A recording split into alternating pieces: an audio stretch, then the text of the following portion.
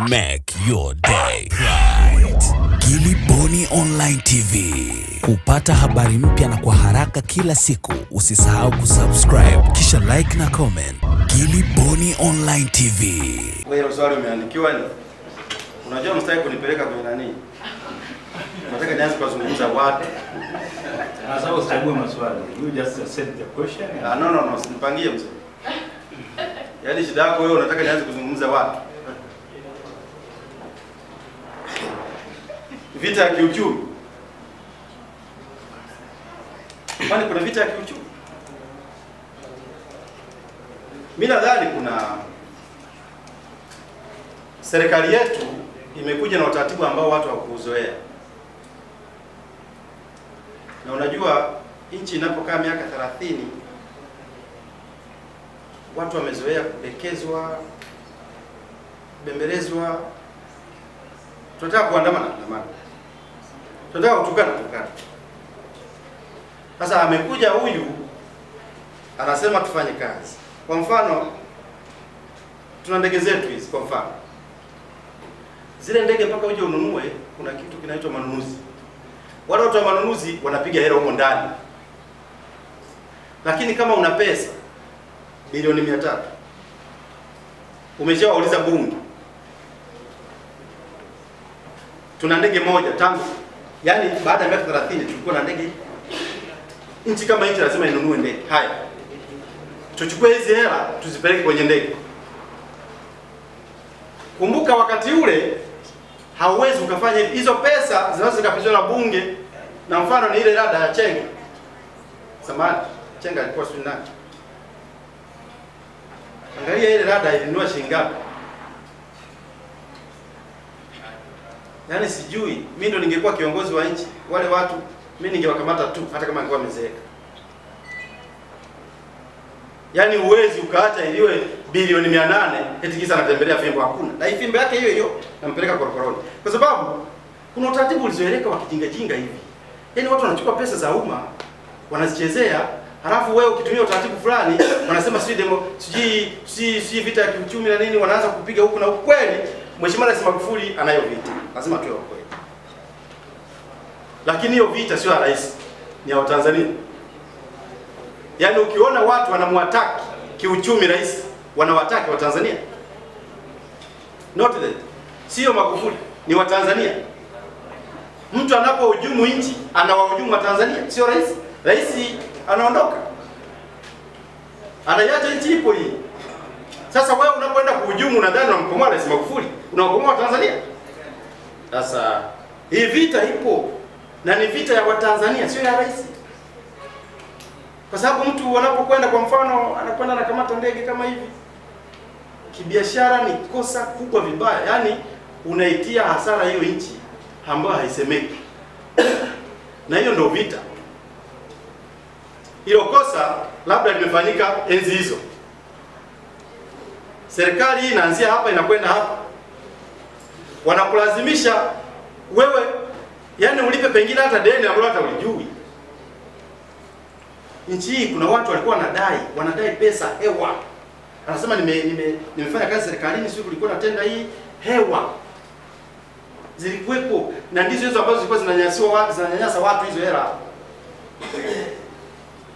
Mtu anachukua pesa hewa. Tenda hewa. Sasa rais ameziba. Sasa kwa sababu ameziba, unajua ukiangalia kwenye migodi mule, the way pesa ilivyokwenda iko kwenye migodi mule.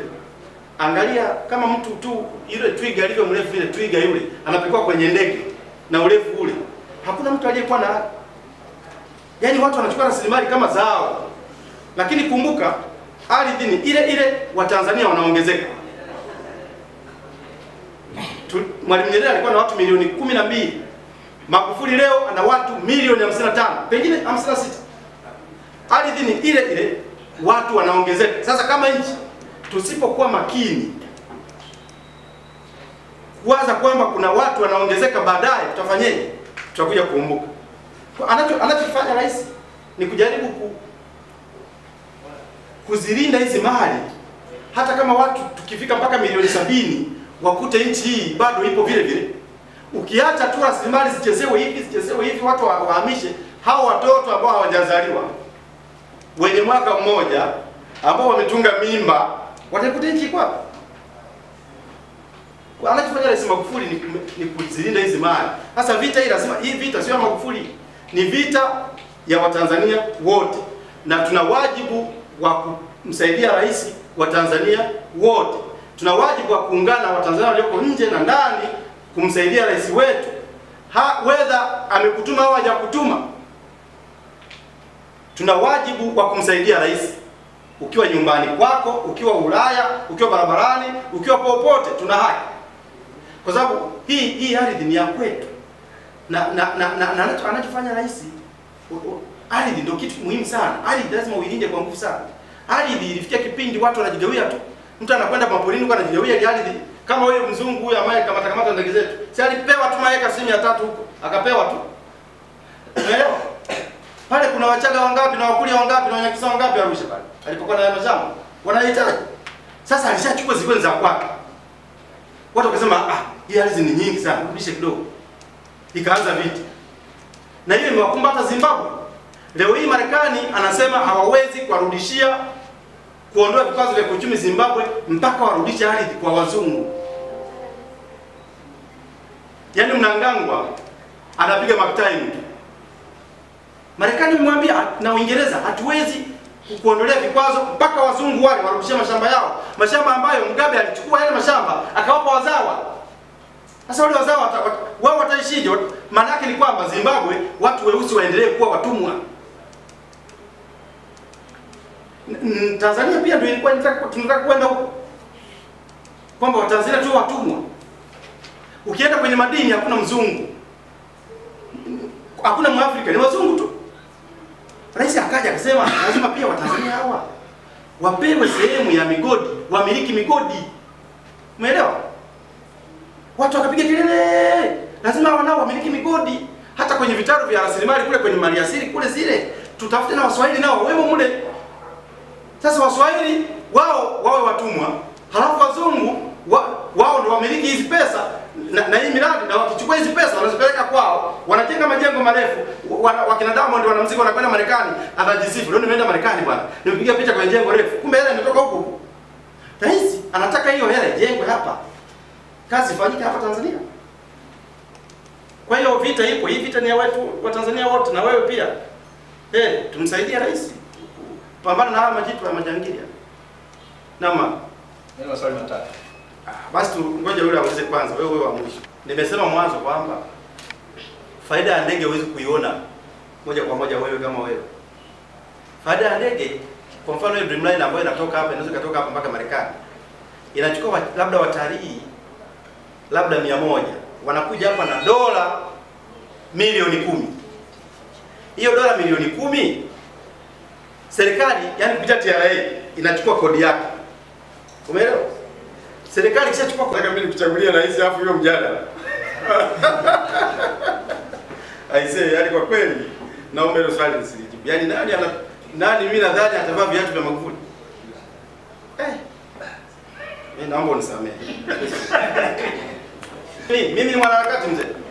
Mimi sihitaji nani, mimi napiga juu kwa juu kama wewe. Acha niulize. Unapokuja kuaddress taifa hapa, lazima uwe na detail msiba kwamba ndege hizi nane tulizo. Detail nimekuambia hivi, tulitoka kwenye ndege moja tukaenda kwenye ndege nane.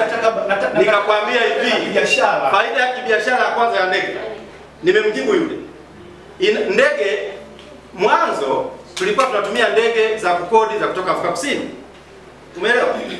Leo rais amekuja na ndege za kwetu. Lakini labda nikwambie siri moja. Unasema hakuna dokezo, sio hakuna nini. Serikali inapotengeneza mpango wake wa maendeleo ama business plan yake, sio lazima ikwambie wewe. Wewe unahitaji kuona tu matokeo. Na mimi ninachokuhakikishia ni kwamba serikali ilikuwa na business plan ya kununua ndege, na ndio maana umeziona. Na hata Marekani huwezi kununua ndege ikapata faida kwa mwaka huu au miaka hii. Maana yake ni kwamba hakuna faida sasa. Ngoja mimi nikwambie. Mimi ninachojua, si wametoa nani gawio? Nimeshaeleza. Ingekuwa kuna faida wangetoa gawio.